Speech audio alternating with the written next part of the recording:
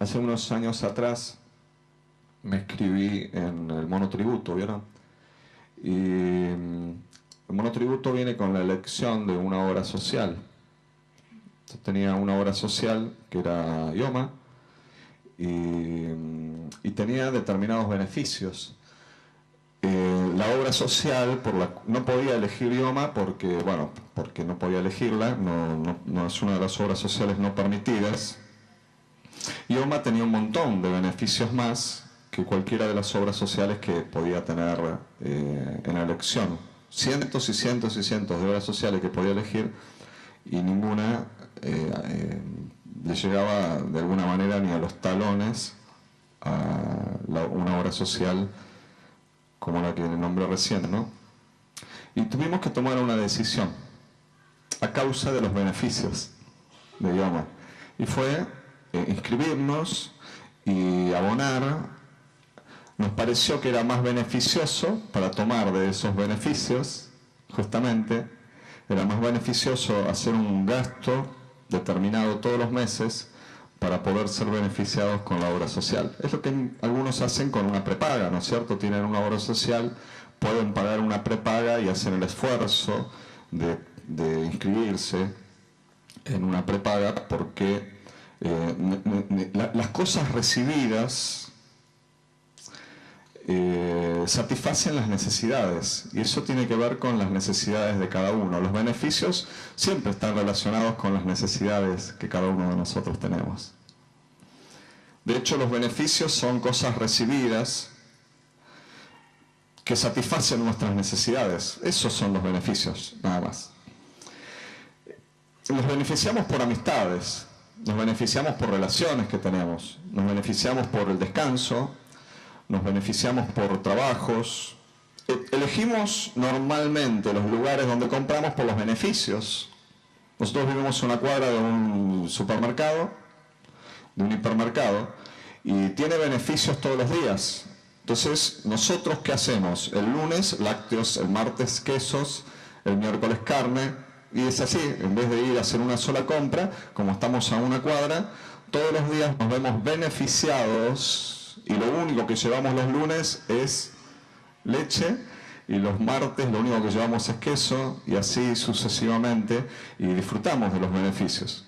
Y algún fin de semana que hay beneficios extraordinarios, uno aprovecha esos beneficios, y otros fines de semana que a uno no le importa, hay beneficios, pero a uno no le interesan,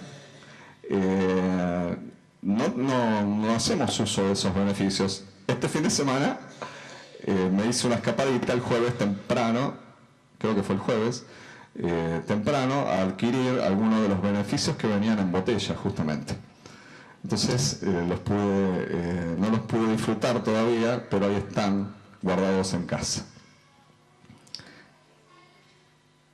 La mayoría de nuestras decisiones están basadas, escuchadme bien esto, la mayoría de nuestras decisiones están basadas en que pensamos que nos van a beneficiar a nosotros o van a beneficiar a alguien que nos interesa. Todas las decisiones que tomamos en nuestra vida. Cristo murió y resucitó. Y eso fue total y absolutamente para nuestro beneficio. Él estaba, el cielo se confabuló, en el buen sentido de la palabra, en el cielo se confabuló para nuestro beneficio. Tuvieron antes de toda la creación una idea genial, y dijeron: cuando esto pase así y funcione de esta manera, vamos a hacer esto. Y ahí se juntaron el Padre, el Hijo, el Espíritu Santo, y dijeron: a vos te toca esto, a vos te toca esto, y a vos te toca esto. Y cada uno jugó e hizo cada uno de los planes creados en el cielo a la perfección para beneficio de cada uno de nosotros. Yo te invito a que vayamos a la lectura ahí en Romanos, capítulo 8, versículos 11 al 17, que vas a ver seguramente en la pantalla. Y dice así Romanos capítulo 8, versículo 11 al 17. Y si el espíritu de aquel que levantó a Jesús de entre los muertos vive en ustedes, ¿a cuántos le pasa esto? ¿A cuántos? Ah. Y si el espíritu de aquel que levantó a Jesús de entre los muertos vive en ustedes, el mismo que levantó a Cristo de entre los muertos, también dará vida a sus cuerpos mortales por medio de su espíritu que vive en ustedes. ¿Cuántos pueden decir amén a esto? Por tanto, hermanos, tenemos una obligación, pero no es la de vivir conforme a la naturaleza pecaminosa.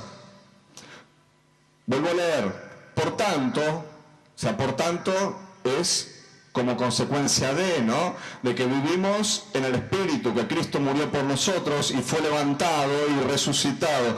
Por tanto, hermanos, tenemos una obligación que no es la de vivir conforme a la naturaleza pecaminosa, porque si ustedes viven conforme a ella, morirán. Vivir para morir.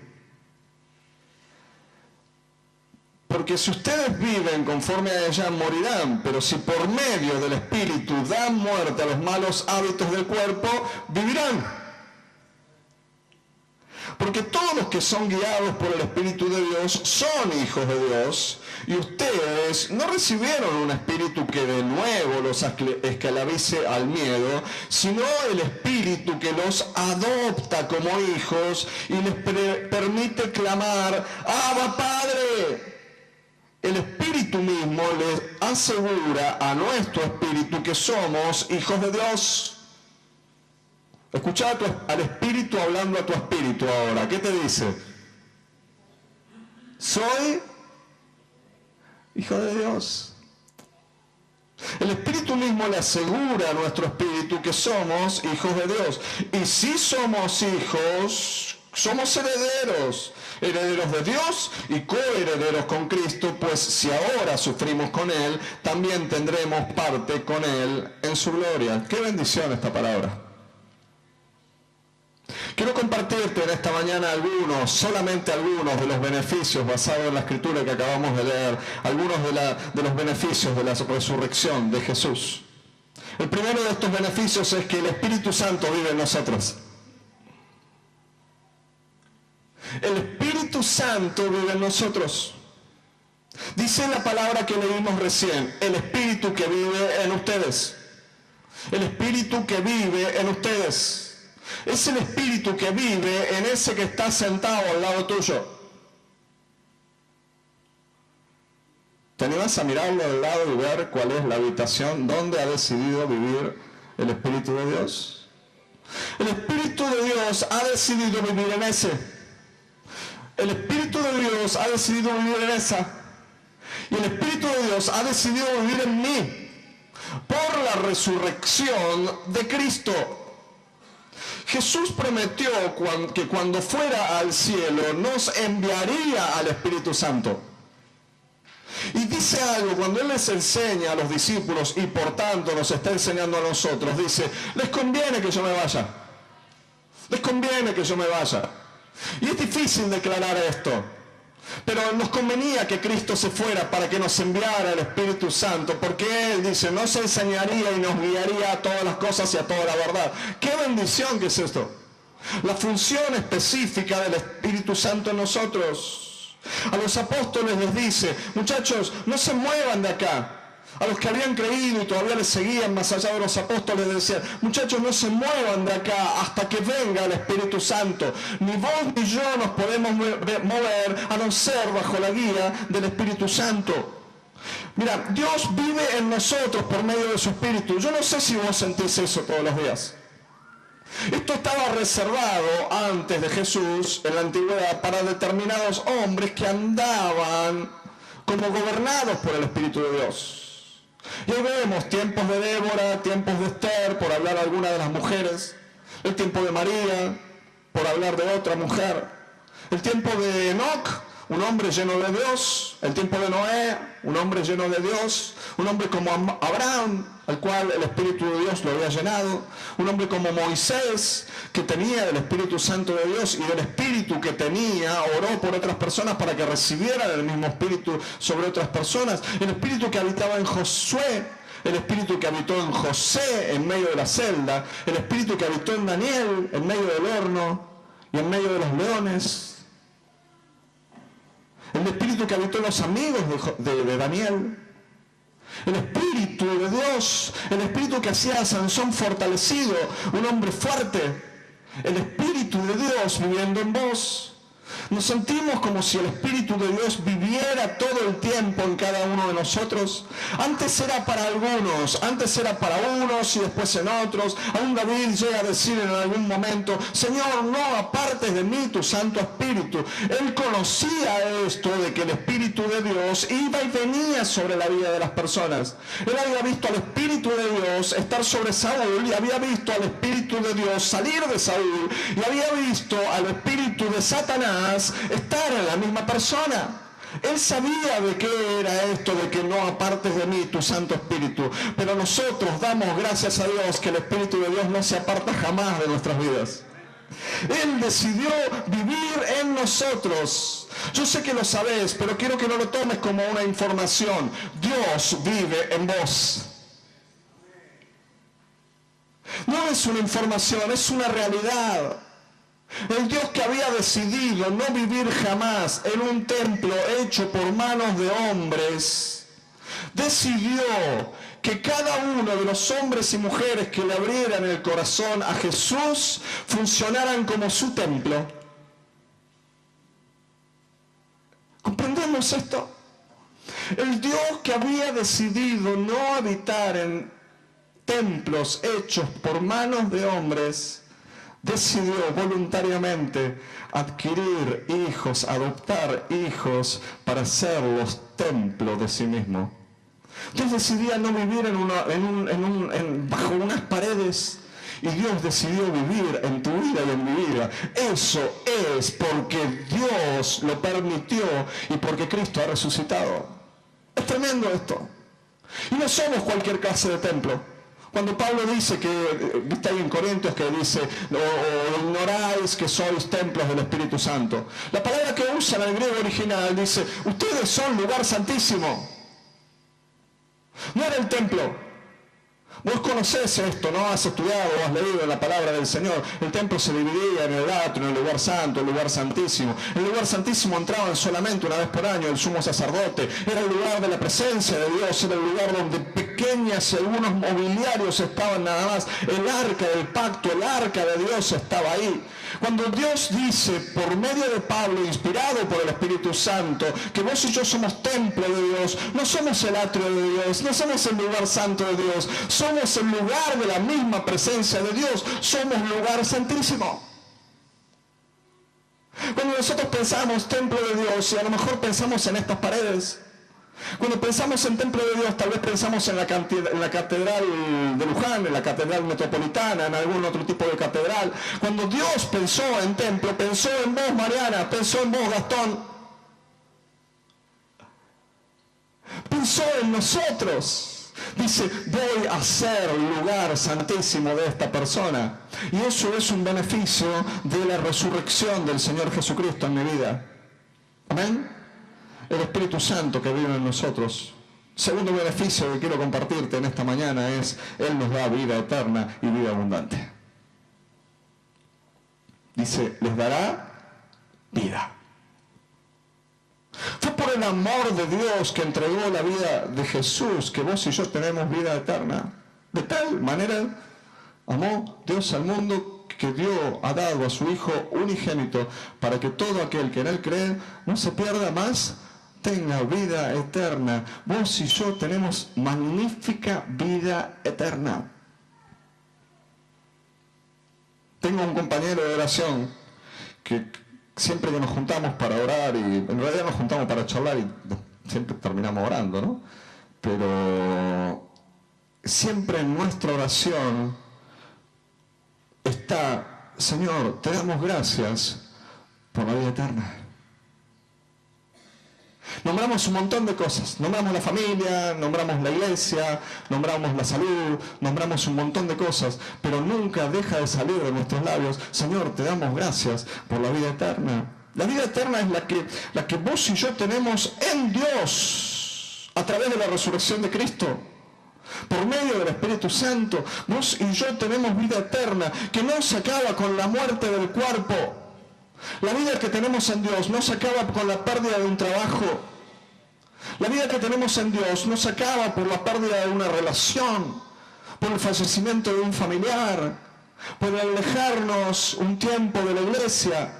La vida eterna de Dios es, como la misma palabra dice, es eterna, es para siempre. No tenemos capacidad de perderla, a no ser que voluntariamente digamos, yo quiero renunciar a mis derechos como heredero de Dios y no ser más hijo de Dios, para lo cual estaríamos siendo unos herejes, anatemas y otros insultos más elegantes que nos dice la Biblia, que no somos nosotros esos. Amén. La vida eterna no se acaba con una crisis en medio de mi vida o de tu vida.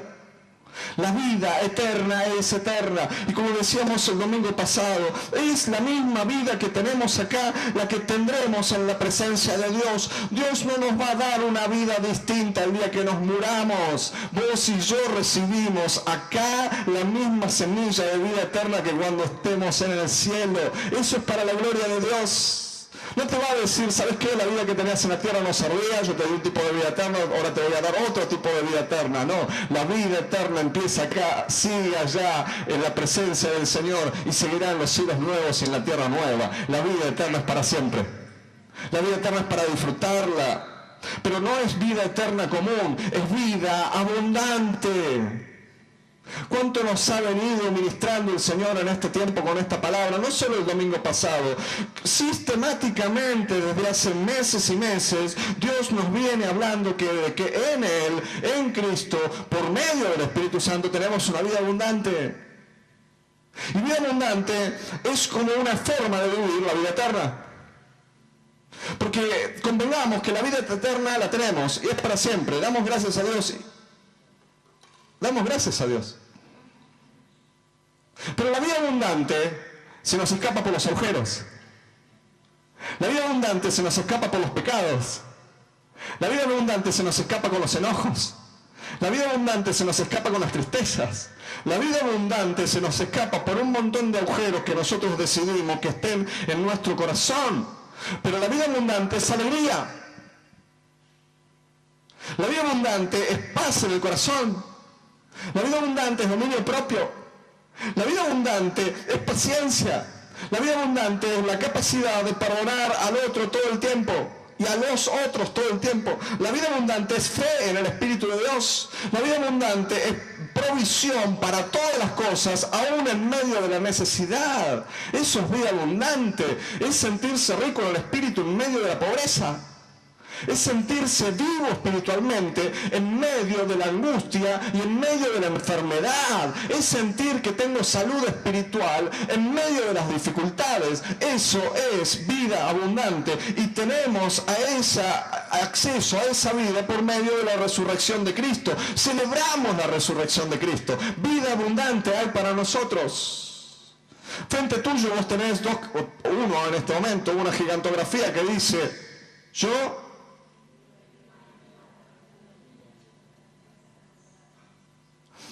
he venido para que tengan vida, y vida en abundancia. No hagamos en vana la venida de Cristo.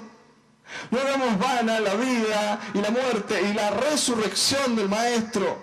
No hagamos vana la resurrección del Hijo de Dios. ¡Qué bendición! Dios ha venido para que tengas vida y vida en abundancia. Abundancia de vida y para vos. Abundancia de vida y para mí. Y es un beneficio de la resurrección de Cristo una vez y para siempre. ¿Me estás siguiendo hasta acá? Sos templo del Espíritu Santo. El Espíritu Santo vive en vos. Sos habitación de Dios. Cristo vive en mí. El Padre vive en mí. El Espíritu Santo vive en mí. Soy como un super hijo de Dios. ¿O no? ¿No sos como un súper hijito de Dios? ¿No sos como un súper hijito de Dios? ¿No te sentís así? Quiero decirte algo de lo cual hablábamos el fin de semana pasado. Si no te sentís un súper hijo de Dios, es porque tenés vida eterna. Gloria a Dios, pero no hay vida abundante en tu vida. Y Cristo ha venido para que tengamos vida y vida. ¿Cuántos pueden declarar en serio, tengo vida abundante? ¿Puedes declararlo en serio? ¿Puedes decirlo con tus labios? ¿Y alguno que puede decir, vivo la vida abundante?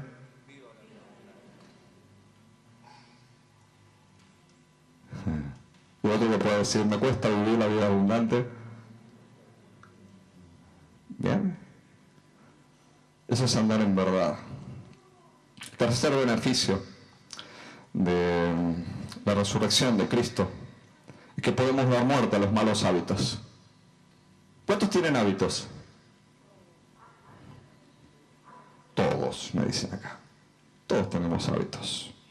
El hábito es sencillamente una costumbre, una práctica adquirida por la repetición de un acto. Esto es lo que dice el famoso diccionario, el mataburros, ¿no? Es una costumbre o práctica adquirida por la repetición de un acto. Hay buenas costumbres, hay buenos hábitos. Yo esta mañana hice 2, 3, 4, 5, 6, 7, como 8, 9, 10 buenos hábitos hice. ¿Por qué? Porque repetí algo. Me levanto, voy al baño. Es un buen hábito. Uno de los primeros hábitos en función de los demás, buen hábito, es lavarme los dientes. ¿Cuántos en mi casa dan gloria a Dios por ello? Bien. ¿Es un buen hábito? ¿Es una sana costumbre? La otra costumbre la que tengo con el tema de lavarme los dientes es después de almorzar. Un buen rato después de almorzar porque me sigue gustando el saborcito que tengo en la boca de lo que comí. Entonces, cuando eso se transforma en algo fétido, uno se lava los dientes. Bien. A la noche, antes de acostarme. Normalmente me lavo los dientes 3 veces por día. Lo segundo o tercero que hice fue bañarme. ¿Cuántos en casa dan gracias a Dios por eso también? Gracias a Dios. Me baño, es un buen hábito. Saludé a mi familia, un buen hábito. Orar es un buen hábito. Leer la palabra es un buen hábito. Te estoy contando algunos de los que hice esta mañana. Pasar revista a los hábitos que tenés. Tratar bien a las personas es un hábito, es una costumbre. Servir es una costumbre, es un hábito. Ayer hablábamos con Lucas, ¿te acordás? A la noche hablábamos con este tema de servir, ayudar a otros. Leer la Biblia es un buen hábito. Congregarse es un buen hábito. Mira, acabo de nombrar 3 hábitos. Vos podés no lavarte los dientes y crecer espiritualmente. Aunque si creces espiritualmente vas a terminar lavándote los dientes.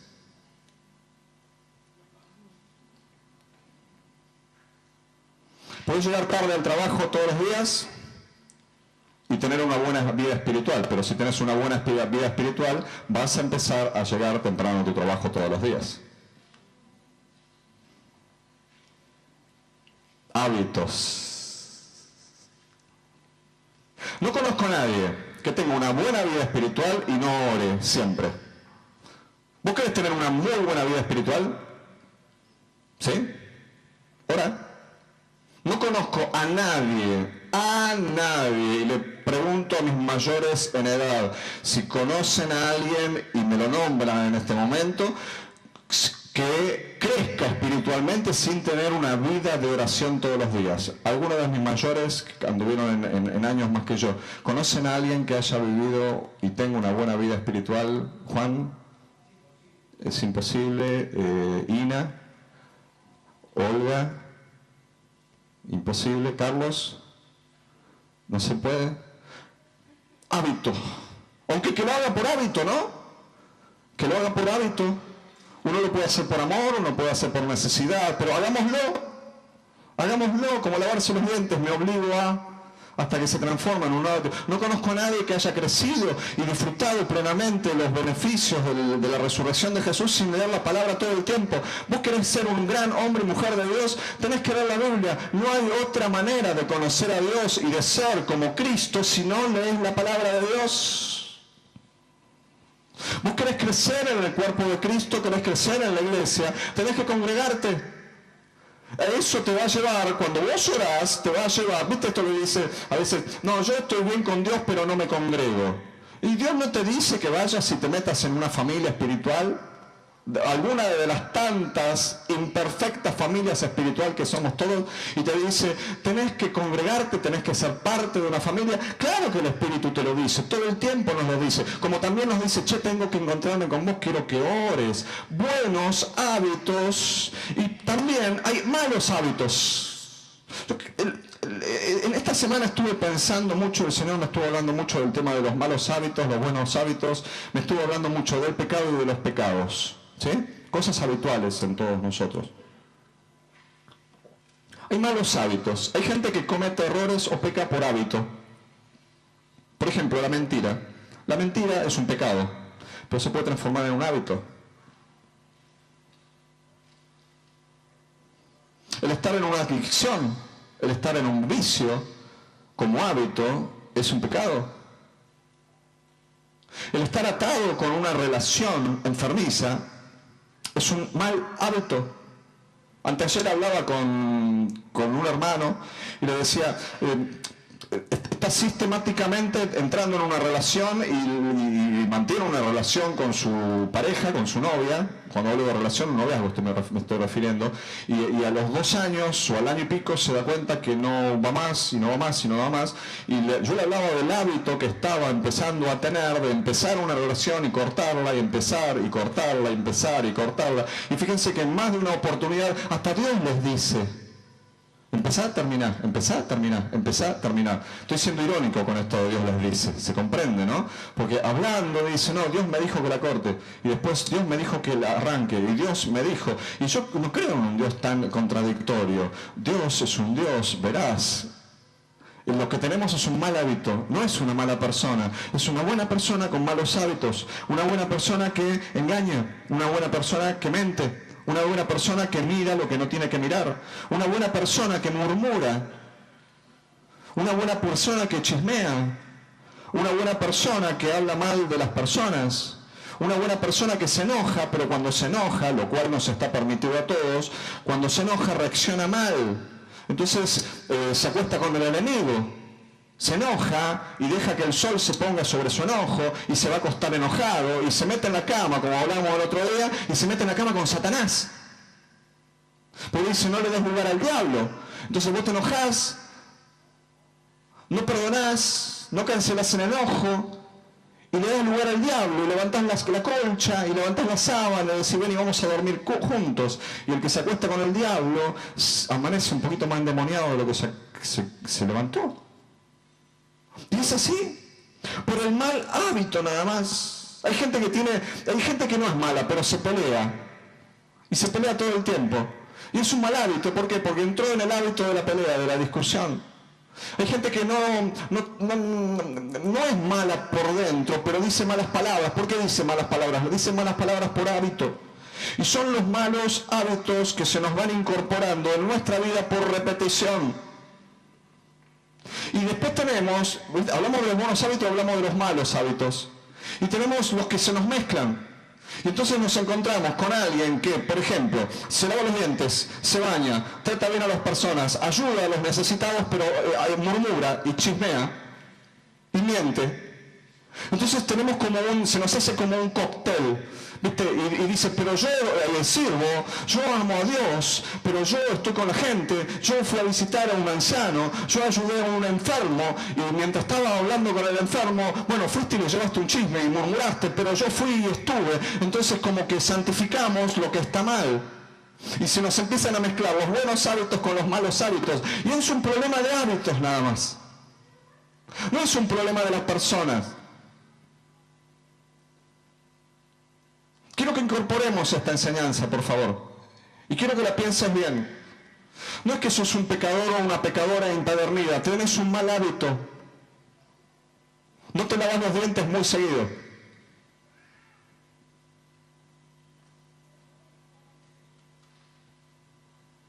Hábito de pelear. Hábito de mentir. No es que sos un hijo del demonio y está... No. Hábitos. Mezclado con buenos hábitos, lo que terminan haciendo un gran y serio problema. Entonces, Tengo una pelea entre Cristian y Martín. Y no lo pueden resolver, no la pueden resolver, no la pueden resolver. Y los dos hablaron mal el uno del otro, los dos se castigaron y se pegaron unos trompis y esas cosas. Trompis, mira qué fino. Se pegaron unas trompadas y esas cosas. Bien. Y viene Cristian y me dice, pero yo vengo y ayudo y ofrendo y toco el 4 cuadras, el bajo, y yo tengo mi casa abierta y bien, y te quiero, y sos mi pastor preferido. Y lo amo a Cristian, y vos decís, yo lo amo a él, los dos con los ojos así, ¿viste? Y las manos llenas de sangre. Bien. Bien. Pero tiene la costumbre, cuando están juntos, discuten, se pelean, se va a enojar tu papá. Estamos justo en una pelea, ¿viste? Entonces, son buenos tipos, hacen buenas cosas por buenos hábitos, pero tienen el hábito de cuando están juntos se agarran las trompadas. Entonces, ¿qué tenemos que hacer? ¿Son pecadores empedernidos? ¿Hay que mandarlo a la sesión de liberación? No. ¿Qué tenemos que hacer? Cortar con el hábito de que pelean y discutan. Tienen vida eterna, no pueden vivir la vida abundante porque tienen un mal hábito. Por medio del Espíritu Santo damos muerte a los malos hábitos. ¿Cómo se saca un hábito? Un hábito se cambia por otro hábito, siempre. Pero eso lo puede hacer cualquier ser humano. ¿Me escuchaste esto? Yo he acompañado a personas en rehabilitación de distintos tipos de adicciones y lo que hacen es, los rehabilitan cambiándole los hábitos. No hacías nada, ahora te pones a trabajar. No te levantabas temprano, ahora te pones a levantar temprano. No te drogabas, ahora vamos a jugar un partido de fútbol hasta que te drogabas, ahora vamos a jugar al fútbol hasta que se te salgan los ojos por las cuencas de los ojos y te cuelguen ahí y te llega al pecho. Cambiamos los hábitos, cambian los hábitos e intentan rehabilitar a las personas. Hermanos, nosotros gracias a la resurrección de Cristo y por el Espíritu Santo podemos matar los malos hábitos. Lo declara la Escritura, no es una teología inventada hace 5 minutos. Acabamos de leer el versículo 7. Si por medio del Espíritu dan muerte a los malos hábitos, vivirán. Vivirás.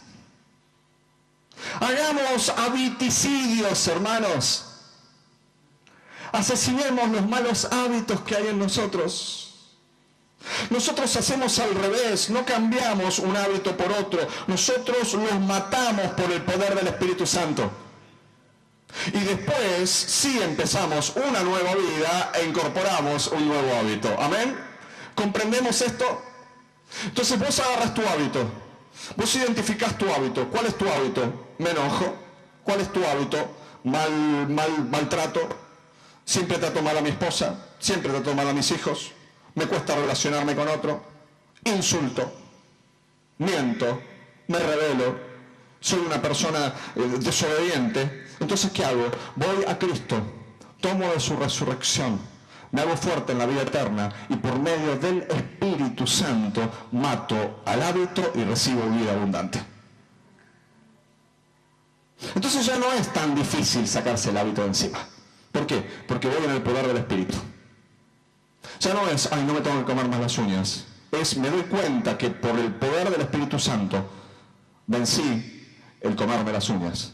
No es, ay, bueno, ahora no tengo que mentir, ay, no tengo que mentir, ay, no tengo que mentir, ay, no tengo que mentir, ay, no tengo que mentir. Voy en el poder del Espíritu Santo, me humillo delante de Dios, confieso mi pecado, le confieso a los demás mi pecado, dejo de mentir que no soy mentiroso. Y empiezo a confesar que soy mentiroso. Empiezo a confesar que soy un hipócrita. Empiezo a confesar que tengo mal carácter, mal temperamento. Empiezo a confesarlo. Y eso no solo me trae la libertad de mis pecados, sino, según dice Santiago en el capítulo 5, me sana. Porque cuando yo confieso mis pecados, recibo sanidad. Y es una bendición. Y es una bendición y cambia mi vida y empiezo a vivir un una vida distinta. Subrayá en rojo, violeta o lo que fuere, si por medio del Espíritu dan muerte a los malos hábitos, vivirán. Decir, voy a dar muerte a los malos hábitos en mi vida, por favor. Todos tenemos malos hábitos, queridos. Tenemos que matarlos en el nombre de Jesús y por medio del Espíritu Santo. Amén. El cuarto beneficio que te quiero compartir en esta preciosa mañana acerca de la resurrección de Cristo es que Él nos da identidad de hijos de Dios. ¿Y qué bendición que es esto? El otro día cantábamos una canción y después declarábamos, el jueves me parece, el jueves fue, el nombre de Jesús. ¿Se acuerdan? Y decíamos, qué bien que suena. Qué bien que suena. Y hay algo que suena casi tan bien como el nombre Jesús. ¿Te acuerdas? ¿Se acuerdan de esto de Jesús? Jesús. Y que no suena igual que Olga. No suena igual. No suena igual que Enrique. Y vuelvo a poner un ejemplo. El peor de todos no suena igual que Roberto. Roberto ni con canciones rima. Jesús hasta con canciones rima.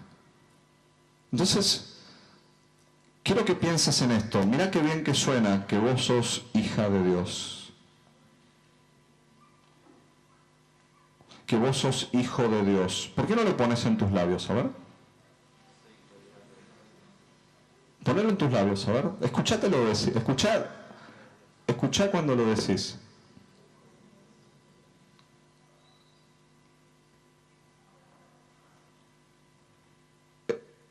¿Te animás a decirlo, no? Le voy a pedir que haga un ejercicio a Nicolás y se lo voy a pedir a los demás. A ver si te suena mejor. ¿Soy hijo de Dios o soy hijo de Roberto?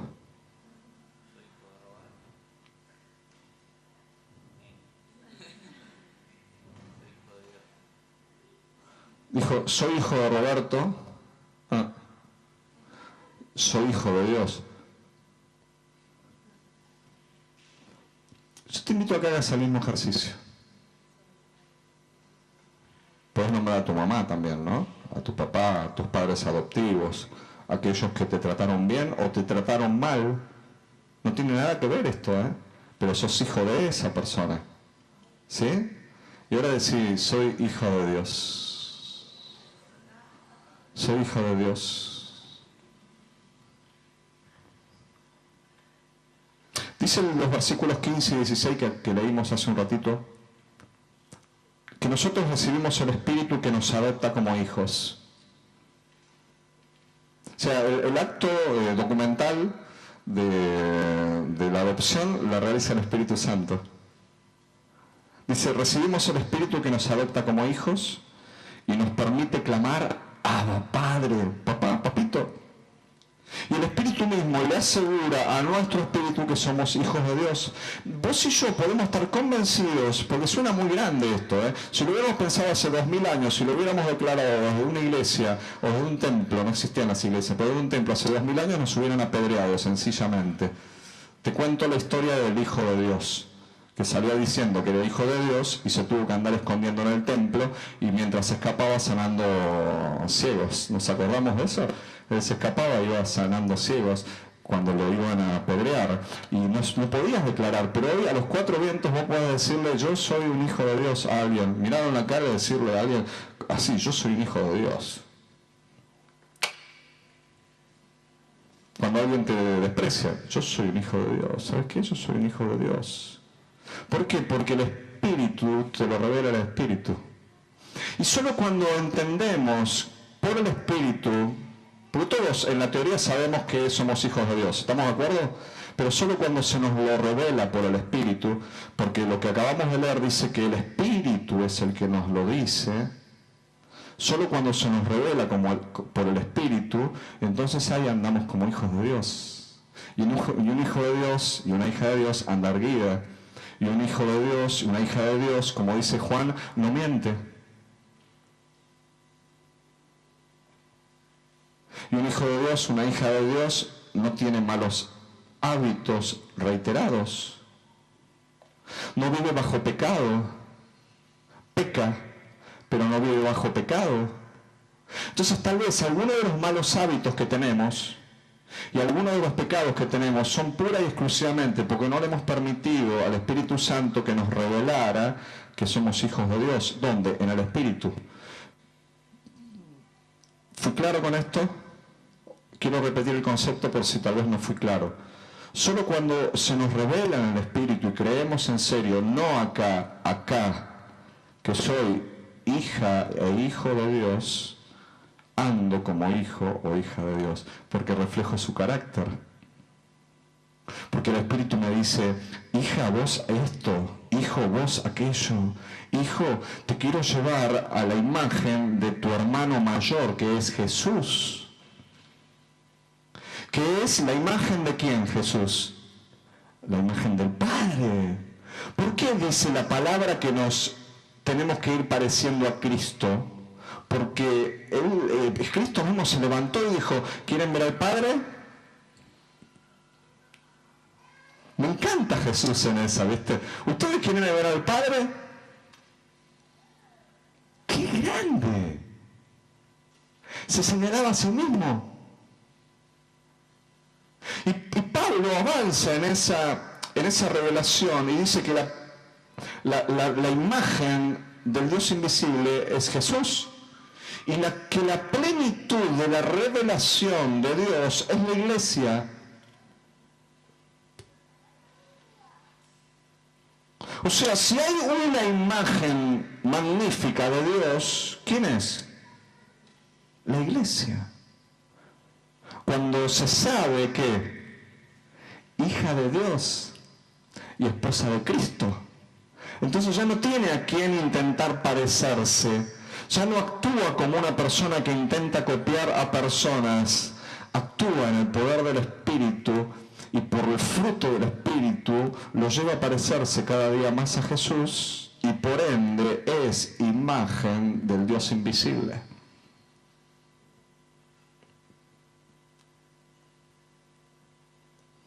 Eso es porque Cristo murió por nosotros y resucitó. Porque Jesús es el Hijo de Dios. Hoy nosotros somos hijos de Dios. La muerte y la resurrección de Cristo nos dieron el estatus de hijos de Dios. Vos y yo tenemos estatus de hijos de Dios. Y nos dice en los últimos 2 versículos que la herencia de Dios fue puesta en nuestras manos.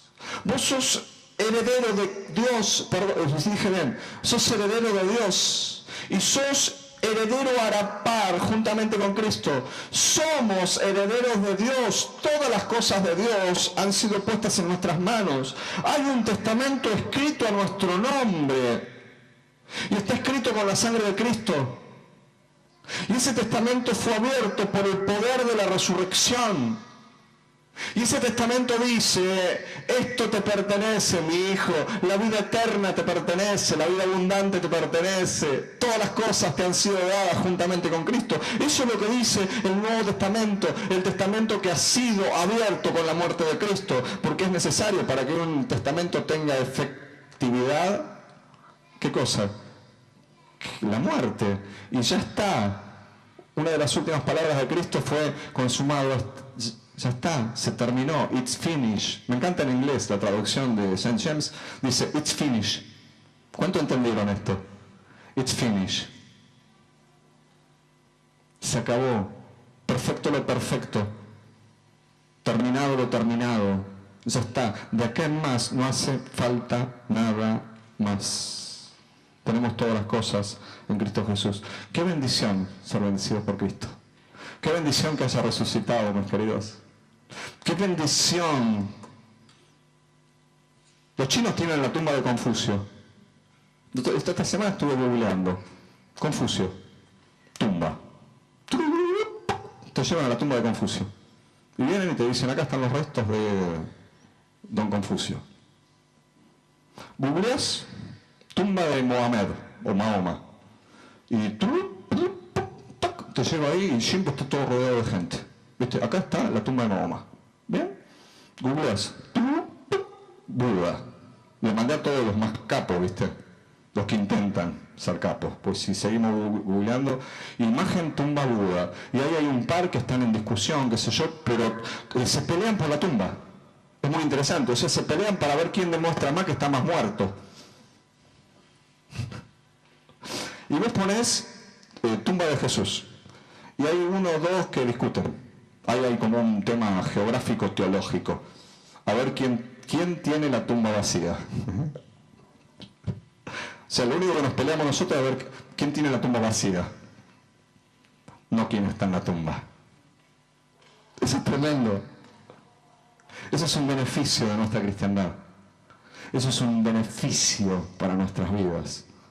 Porque Jesús vino para que tengan vida y la tengan en abundancia, pero era necesario que Él muriera para que nosotros tuviéramos vida y vida abundante. Y Él resucitó y nos benefició con la vida del Espíritu Santo en nosotros, con la vida eterna y abundante. Nos benefició con poder para matar nuestros malos hábitos. Y nos benefició con la identidad que tenemos como hijos de Dios. Y fue un trabajo en equipo. Porque no podemos dejar ni al Padre, ni al Hijo, ni al Espíritu Santo fuera. Porque la idea fue de los tres. Porque Cristo sí dejó su gloria y se hizo hombre. Y dentro del hombre se hizo lo peor de los hombres, se hizo siervo.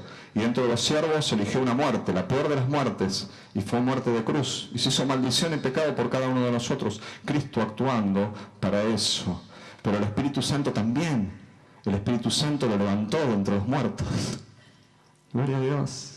El Espíritu Santo le indicó, le guió cada paso, lo sostuvo en el momento de la angustia, porque sí, venían ángeles a ministrarle en los momentos difíciles, pero él andaba en el poder del Espíritu Santo, él iba y venía en el poder del Espíritu Santo, el Espíritu estuvo en él todo el tiempo, estuvo con él todo el tiempo, no lo abandonó en ningún momento, obró para que lo mismo que sucedía en el cielo pasara en la tierra.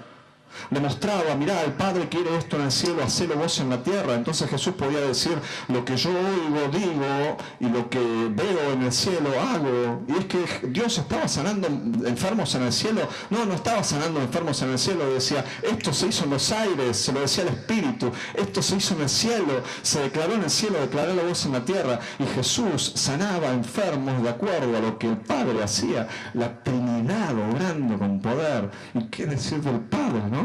Él nos amó, Él decidió adoptarnos, Él decidió mandar a Jesús. Él intervino en la resurrección juntamente con el Espíritu Santo. La palabra nos dice que los dos, el Espíritu y el Padre, lo levantaron entre los muertos. Es tremendo. Por eso dice la palabra y habla de esto de el poder de la resurrección. Y el poder de la resurrección no es andar levantando muertos y sanando enfermos. El poder de la resurrección es el Espíritu Santo obrando en nosotros todo el tiempo, para la gloria de Dios, para la gloria del Hijo, para la gloria del Padre y por el poder del Espíritu Santo de Dios. ¿Querés ponerte en pie? Nosotros celebramos en esta mañana los beneficios de Cristo. ¿Querés levantar tu oración y decirle al Señor, Señor, te agradezco por esto? Háblale, decile por qué estás agradecido. Tener la sana costumbre, el sano hábito de hablarle al Señor. Señor, gracias. Gracias, Señor. Gracias, Dios. Gracias, Dios. Gracias. Gracias, Señor.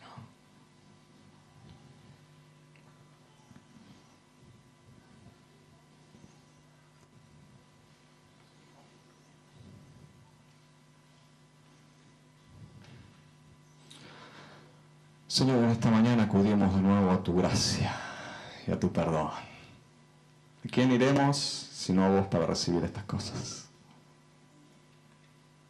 Señor, qué genial idea que tuviste. Rescatar nuestras vidas de la muerte, del pecado y de todo el plan que tenía el diablo para nosotros. Señor, gracias. Nosotros te honramos y te bendecimos. Levantamos nuestras manos en adoración a vos, Señor, en reconocimiento que todo viene de tu presencia. Señor, gracias por la resurrección de Jesús. ¿A quién se le hubiera ocurrido sino a vos que alguien tenía que morir y resucitar? Y vivir para siempre, porque otros murieron, resucitaron, pero volvieron a morir. Pero mi Dios vive para siempre. Y vendrá a buscarnos. Y vendrá a buscarnos. Y vendrá a buscarnos. y reinaremos juntamente con Él. ¿Qué será eso, Rey? ¿Qué será eso? Reinaremos juntamente con Cristo. ¿Qué será eso? ¿Cómo lo haremos, Señor? Hiciste, Señor, un reino de reyes y sacerdotes, y acá estamos, reyes, reinas, sacerdotisas y sacerdotes, creados por vos. Todo porque Cristo aceptó, lo hizo. Y Papá, Espíritu Santo, ustedes lo levantaron con poder, para la gloria de toda la Trinidad. Exaltamos el nombre de Cristo en esta mañana. Reconocemos tu amor y reconocemos que no hay nadie como vos. Toda la gloria, toda la honra, todo nuestro pensamiento en este día se dirigirá a vos. Nuestras oraciones en nuestro almuerzo nombrarán el nombre de Jesús. Y nuestro pensamiento en toda la tarde se dirigirá al trono que ocupa nuestro Rey. Bendito sea tu nombre por los siglos de los siglos, al que vive, murió y resucitó para la gloria de Dios. Amén y amén y amén.